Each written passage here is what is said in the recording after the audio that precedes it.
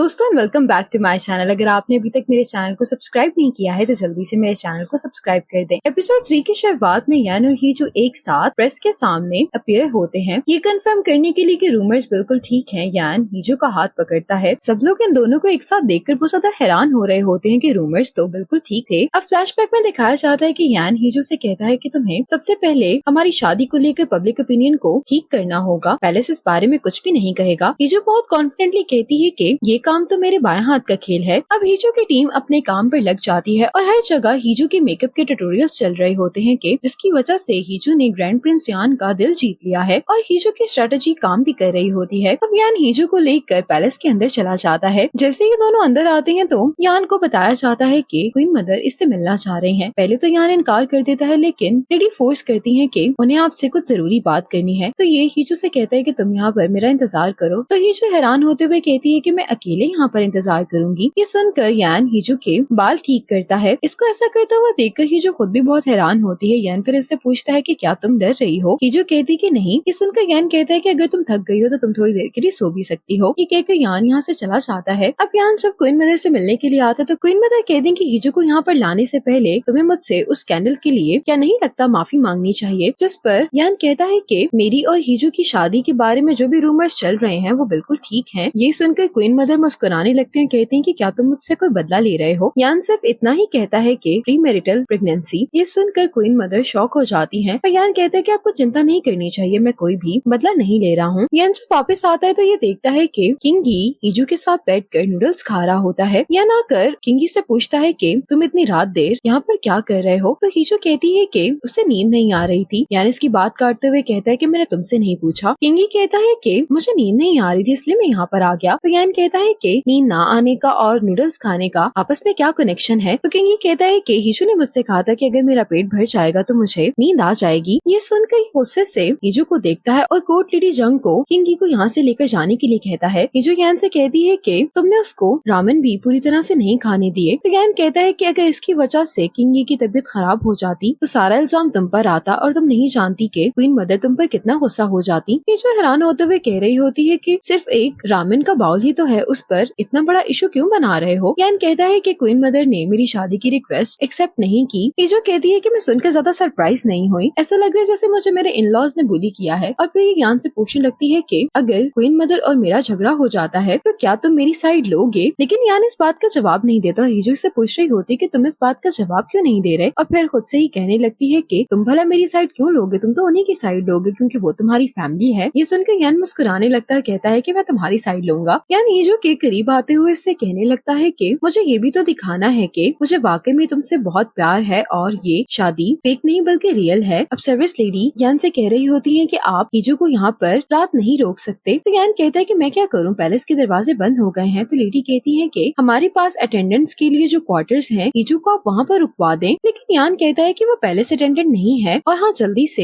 हीजो के बदलने के लिए कुछ कपड़े लेकर आओ। साथ ही हीजो यहाँ पर आ जाती है, कहती है कि ऐसे कपड़े लेकर आना जो 100% कॉटन से ही बने हों, मेरी स्किन थोड़ी सी सेंसिटिव है। सर्विस लेडी तो इन दोनों को देखकर यकीन ही नहीं कर पा रही होती कि ये पैलेस में क्या हो रहा है। अब ये दोनों सोने के लिए लेट गए होते हैं और यान हीजो से कह रहा होता है कि क्या तुम सोफे को कंसीडर भी नहीं करोगी? सोफे पर भी तुम्हें बिल्कुल अच्छी नींद आएगी। लेकिन हीजो कहती है कि नहीं, अगर तुम्हें प्रॉब्लम हो रही है तो तुम वहाँ पर जाकर सो सकते हो। ये सुनकर यान गुस्से में ब्लैंकेट अपनी तरफ खींचने लगता है। अब ये दोनों एक दूसरे से ब्लैंकेट अपनी तरफ खींचने के लिए लड़ रहे होते हैं। इन दोनों के कमरे से बहुत शोर की आवाज आ रही होती है, इसलिए सर्वेंट्स भी बाहर खड़े होकर ये सुन रहे होते हैं और बहुत ज्यादा शॉक दिखाई दे रहे होते हैं। अगले सुबह ही ऑन यान को उठा रहा होता है, लेकिन यान उठ नहीं रहा होता, इसलिए इसको बहुत जोर से आवाज देता है। तो यान की आंख खुल जाती है और ये उससे पूछता है कि क्या आपको मालूम भी है कि टाइम क्या हो रहा है? आप तो कभी भी इस तरह से नहीं सोते। ये सुनकर यान नर्वस हो जाता है, जल्दी से उठकर बैठ जाता है और देखता है कि हीजो यहाँ पर नहीं है। तो यान इसको बताता है कि हीजो तो ऑलरेडी अपने काम पर निकल चुकी है। अब हीजो जब कंपनी पहुँचती है तो हेजोंग हैरान होते हुए इसको देख रही होती है, कहती है कि आपने कपड़े नहीं चेंज किए, क्या आप सबको ये बताना चाह रही हैं कि आपने रात बाहर गुजारी है या फिर आपके पास कपड़े बदलने का टाइम नहीं था? तो हीजो कहती है कि मेरे पास टाइम था लेकिन मैं ऐसा करना नहीं चाहती थी। मैं तो लोगों को यही बताना चाहती हूँ कि कल रात मैं घर नहीं गई। अब मिस्टर इन ब्योंग किंगी से मिलने के लिए आते हैं और ये इसे पूछते हैं कि क्या तुम्हें कल रात अच्छे से नींद आई? तो किंगी कहता है कि नहीं। जिस पर ये पूछते हैं कि क्या तुम्हें फिर से कल रात अपने डैड सपने में दिखाई दिए? तो ये कहता है कि हाँ। अब फ्लैशबैक में दिखाया जाता है कि मिस्टर इन ब्योंग राजा को तैयार कर रहे होते हैं। तो राजा कहते हैं के मुझे बहुत डर लग रहा है। इतने में बहुत गुस्से में यन यहाँ पर आ जाता है, जिसपे मिस्टर इनप्रोंग कहते हैं कि तुम्हें यहाँ से जाना होगा क्योंकि शादी शुरू होने वाली है। लेकिन यन नहीं रुक रहा होता और ये गुस्से में इसका कॉलर पकड़ लेता है। इस टाइम पर ये भी राजा नहीं बल्कि क्राउन प्रिंस होते हैं। तो मिस्टर इनप्रोंग कहते हैं कि तुम्हें ऐसा करने पर सजा भी मिल सकती है। लेकिन यन बहुत गुस्से में अपने भाई से कहता है कि मैंने तुम्हें मौका दिया था लेकिन तुमने वो मौका मिस कर दिया और अब से जो कुछ भी होगा उसे तुम्हें अकेले ही हैंडल करना पड़ेगा। मिस्टर इनप्रोंग को ये फ्लैशबैक इसलिए याद आया होता है क्योंकि किंग ये भी यही कह रहे होते हैं कि मुझे बहुत डर लग रहा है। आज काम के दौरान यन को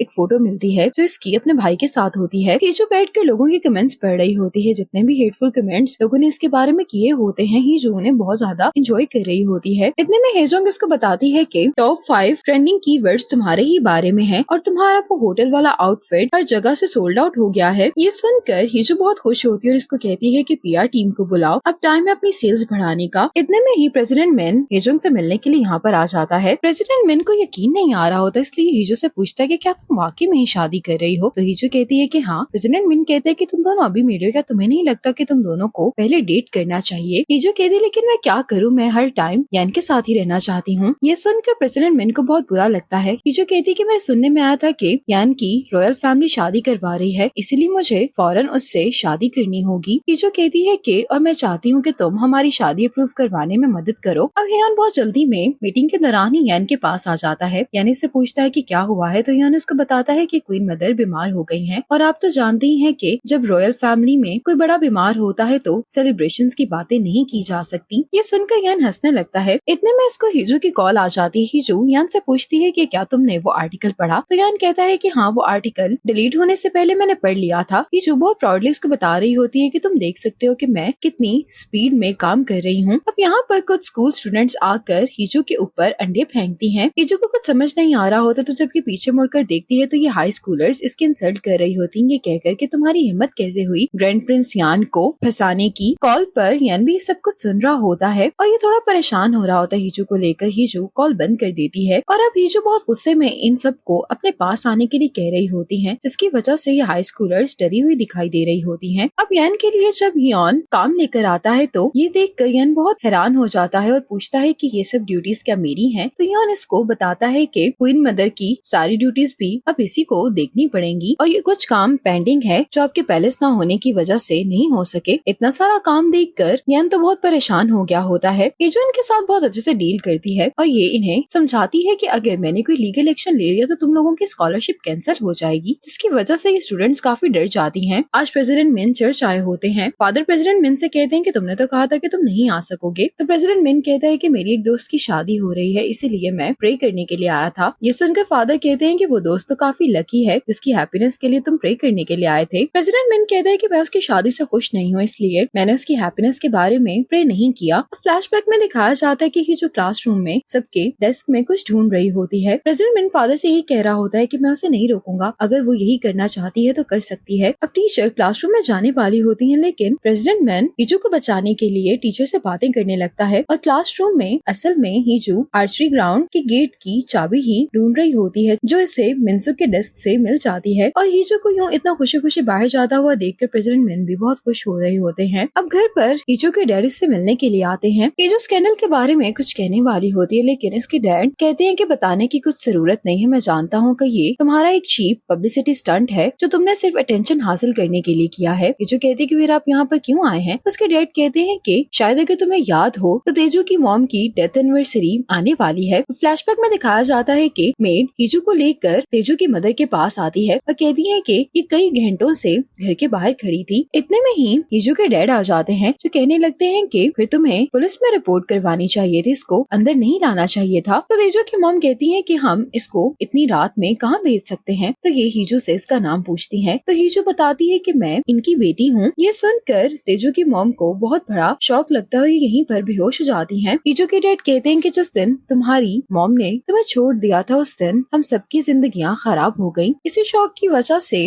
तेजू की मदर की डेथ हो गई होती है। हिजू अपने रिपोर्ट कार्ड्स लाकर अपने डैड को दिखाया करती थी और कहती थी कि मुझे वही चीजें चाहिए जो तेजू को मिल रही हैं। हिजू के डैड कहते हैं कि इतना सब कुछ करने के बावजूद तुम्हारी लालच कभी खत्म नहीं हुई। हिजू के डैड इससे कहते हैं कि तुम कंपनी को छोड़ दो। हिजू कहती है कि अगर ऐसा मैं ना करूँ तो डैड कहते हैं कि फिर मेरे पास और कोई रास्ता नहीं है बल्कि मुझे तुम्हें डिसऑन करना पड़ेगा। ये सुनकर हीजू को गुस्सा आता है और ये अपने डैड को इनके नाम से बुलाती है। ये सुनकर इसके डैड बहुत गुस्सा हो जाते हैं कि तुम मुझे मेरे नाम से कैसे बुला सकती हो। तो हीजू कहती है कि आप तो मुझे डिसऑन करने वाले थे, फिर तो आप मेरे डैड नहीं हैं। हीजू कहती है कि आज तक जिस किसी ने भी मुझसे फाइट की है वो बिल्कुल आपकी तरह था। वो हमेशा मुझे इन कंडीशंस में डाल दिया करते थे जहाँ पर मेरी हार 100% हो जाती थी और उनका जीतना बहुत आसान। शायद वो सब लोग आपकी तरह कॉन्फिडेंट नहीं थे कि इक्वल टर्म्स पे वो जीत नहीं सकते, लेकिन आपको पता है कि मुझे इन सब चीजों से कोई फर्क नहीं पड़ता क्योंकि सबके खिलाफ जाकर काम करने की मुझे आदत है। हीजू के डैड गुस्से में कहते हैं कि तो तुम हार नहीं मानोगी। हीजू कहती है कि मैं आपको आपके मकसद के लिए सिर्फ बेस्ट लक की विश कर सकती हूँ, फिर भी मुझे पूरा विश्वास है कि हार आपकी ही होगी। ये कहकर हीजू यहाँ से चली जाती है। रात में हीजू को यॉन की कॉल आती है और कॉल उठाते ही इसे सॉरी करने लगती है कि मुझे कॉल काटनी पड़ी थी, लेकिन यान इसकी बात काटते हुए इसे पूछता है कि क्या तुम ठीक हो। और ये सुनकर हीजू इमोशनल हो जाती है और इसे कहती है कि क्या मैं तुम्हें कल कॉल कर सकती हूँ, मैं भी बिजी हूँ। दूसरी तरफ यान समझ चुका होता है कि हीजू इन सब चीजों की वजह से शायद बहुत अपसेट हो गई है। अब हीजू अपना बचपन याद करने लगती है। हीजू ने हमेशा ही अच्छा परफॉर्म करके अपने डैड को खुश करने की कोशिश की, लेकिन इसे कभी भी हीजू की तरह कोई चीज बगैर मांगे नहीं मिली और ना ही कभी डैड हीजू से खुश हुए। इसलिए हीजू इतनी बोल्ड बन गई और उसने कभी भी किसी को अपना राइट छीनने नहीं दिया। इतने में बेल होती है। हीजू को लगता है कि फिर से कोई हेटर्स आ गए, इसलिए अपना बेसबॉल बैट उठाकर दरवाजा खोलती है, लेकिन हीजू जैसे ही सामने देखती है तो ये देखकर बहुत हैरान हो जाती है कि सामने यन खड़ा होता है। और इसी मोमेंट पर एपिसोड 3 का पार्ट 1 खत्म हो जाता है।